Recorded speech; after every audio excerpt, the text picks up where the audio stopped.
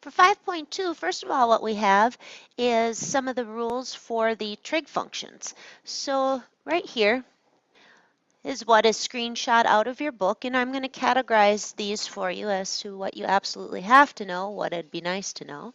Right here, the top two, those are a must. You have to know the antiderivatives of sine and cosine. We derived tangent's antiderivative in your notes. Cotangent is done similarly, and if push came to shove, you should be able to derive those. No real need to commit them to memory. These last two, you should just look up and use. They won't be on the AP test. If they were on a college exam, you'd probably be able to write them on a note card. Their proof is in the book, and it's kind of a little manipulation of adding and then subtracting a same quantity, and it's pretty ugly. But I think there's one where you need this in the homework. We'll just go look at it. So our big thing in 5.2 is the antiderivative of 1 over x, which is natural log absolute value of x.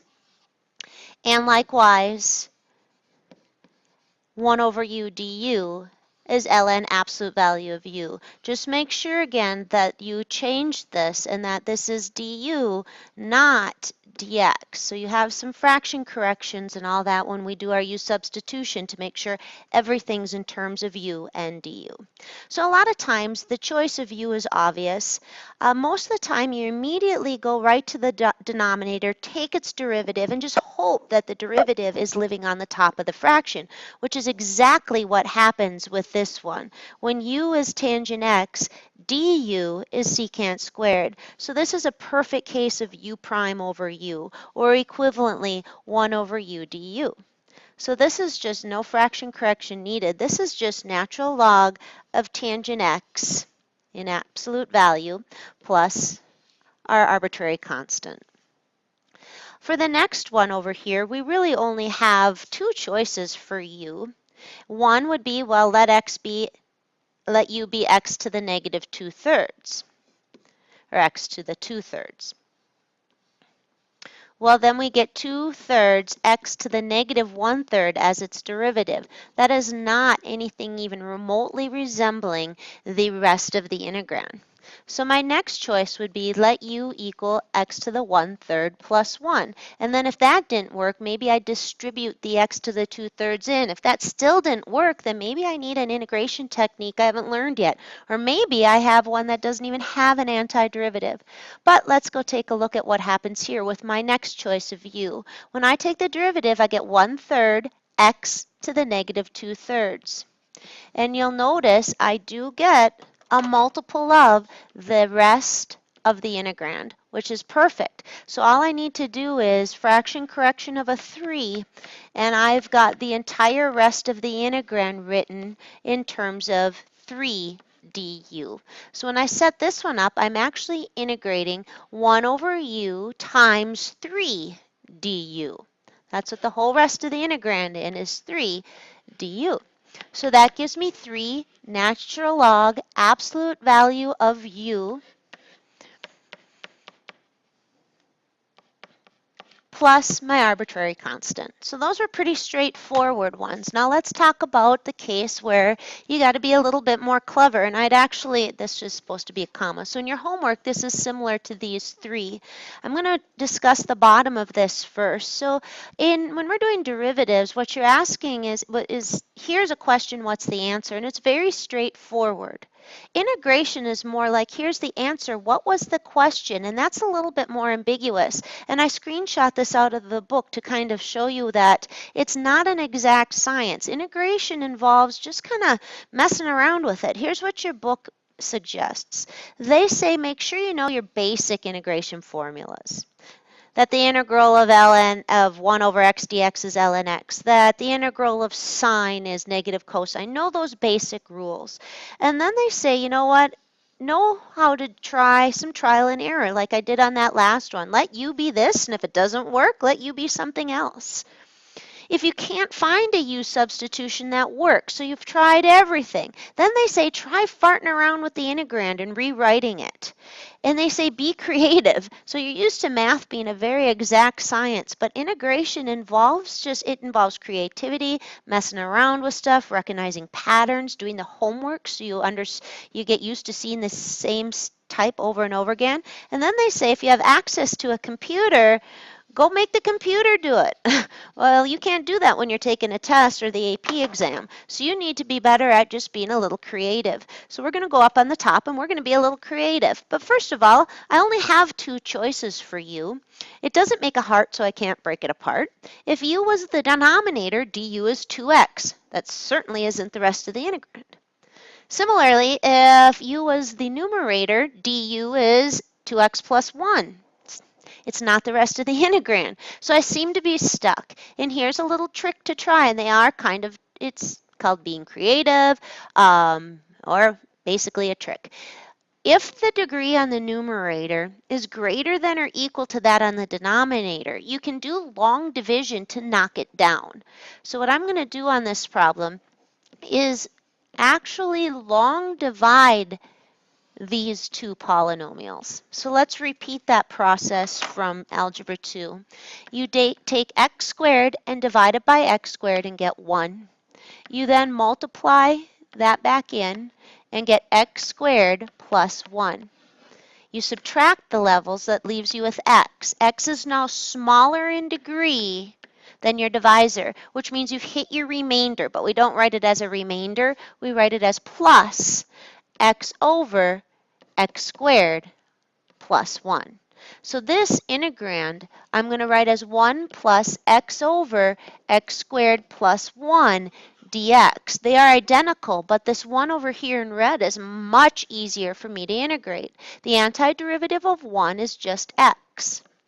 So now I've got this knocked down a bit, and now when I look at the denominator, consider it being u. Its derivative is 2x, which is a multiple of the entire rest of the integrand. So I know that I've made a great choice in my u. And what I'm going to have is 1 over u, but then I'm going to have 2x dx. So I'm going to need a fraction correction on that of a half. And again, you can go through that if you would like to with your formal u substitution. So I have 1/2 natural log absolute value x squared plus 1 plus my constant. These are actually not necessary in this case since x squared plus 1 is positive for all values of x in its domain. So let's go practice that one more time. When I'm trying my u sub directly, it's not working. My degree on the top is too big. So I'm going to try to knock it down. I'm going to do a little long division. And I suggest if you're watching these notes, you try that on your own by pausing this and then coming back to check it. So I'm going to long divide this to knock my integrand into workable parts. X cubed divided by x squared is just x. X times x squared plus 3 is x cubed plus 3x. When I subtract, I get a negative 3x squared plus x, because again it's subtraction, minus 9. When I divide again, negative 3x squared divided by x squared is a minus 3. When I multiply it back in, I get a minus 3x squared minus 9. When I subtract, I end up getting just x, and now I'm down in degree, and that means I'm going to have plus x over x squared plus 3. This is what I'm going to now integrate. When I do so, the antiderivative of x is x squared over 2. The antiderivative of 3 is 3x, and really all that's concerning me is the antiderivative of the remainder. And this is a nice u substitution. I will let u equal x squared plus 3. My du is 2x dx, almost what I want. If I just replace that with 1/2 du, I get the entire rest of the integrand. So when I'm all done, I've got my x squared over 2 minus 3x minus 1 over u 1/2 du. So now I'll use my natural log antiderivative, and I will have my answer. I'll have minus 1/2 ln absolute value, but it's not necessary because x squared plus 3 is positive on its entire domain, and I can't forget my good friend Carl. Moving on to the next page, I'm not going to be doing example 6. We're going to go right down to example 7, which will be similar to 41, 45, and all these in your assignment. So it'll be similar to this chunk in here. Let's begin. So solving the differential equation. A differential equation is one where it gives you the derivative. In real life, it's one where you know the rate of change. You can kind of think of knowing the velocity, that it's so many feet per second. When you're solving, what you're trying to do is go back to the original amount. So what I want to do when it says solve is I want to figure out what is y. Well, we know that to undo a derivative, we integrate, and that's really what we do. But if I want to use formal notation, whenever you're solving something, you try to isolate it. So what I'm doing here is getting y all by itself. So I'm multiplying by dx. Technically, now I'm integrating both sides if I want to have good math grammar. The antiderivative of 1 with respect to y is just y. And now what I've got is the integration. And again, if it's multiple choice, you can just go ahead and say, well, I'm going to integrate. But a free response, this is the correct notation. This has got good math grammar in it. I'm isolating. I'm doing the same thing to both sides. Now what I need to do here is find my antiderivative. And I go right to the bottom. The antiderivative of the natural log is 1 over x. It's the entire rest of the integral. I am staring at a clear case of 1 over u du, or equivalently u prime over u. That would be the natural log of the absolute value of u plus my constant. This is what we call the general solution to the differential equation. Now, that's a whole family of functions whose derivative would be this. But remember, they can always differ by a constant. So in order for me to get the exact one, because again, it's kind of like, this isn't the graph, but the derivative is the same here as it is here, as it is here, as it is here. These are all just a function that are moved up, or constant movement up the y-axis. So in order for me to know which one of these functions I want, a point on the curve has to be given, which I didn't give you, but let's suppose I did. Let's suppose I said that e comma 5 is on y. Well, what does that mean?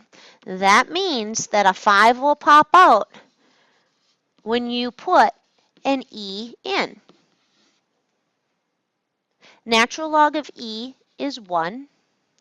ln 1 is 0. So what I've done is I've found the constant that'll lock me into a particular solution. And it would be y is equal to the natural log of the natural log of x plus 5 in that case. So what we'll be doing tomorrow is I'll go over 71 and 101 in class. I'm actually going to make a change to the schedule as well. So the schedule, just take a minute and go back to the front of your packet where your schedule is located, and you'll notice what I did here. 5.3 isn't a very important section, so I took the homework off for it. We're going to take small notes for 5.3. Your assignment's just going to be 3 questions and how that topic appears on the AP exam. And then I took the problem set that was supposed to be on this day, and I'm moving it over here as a quiz. So we'll be taking a quiz most of the hour here on Tuesday. Wednesday and Thursday will be devoted to a big section in this chapter. 5.3 isn't really worthy of a full day, so I'm not going to, I cut some stuff out there. So make sure you adjust your schedule accordingly. Have a good one.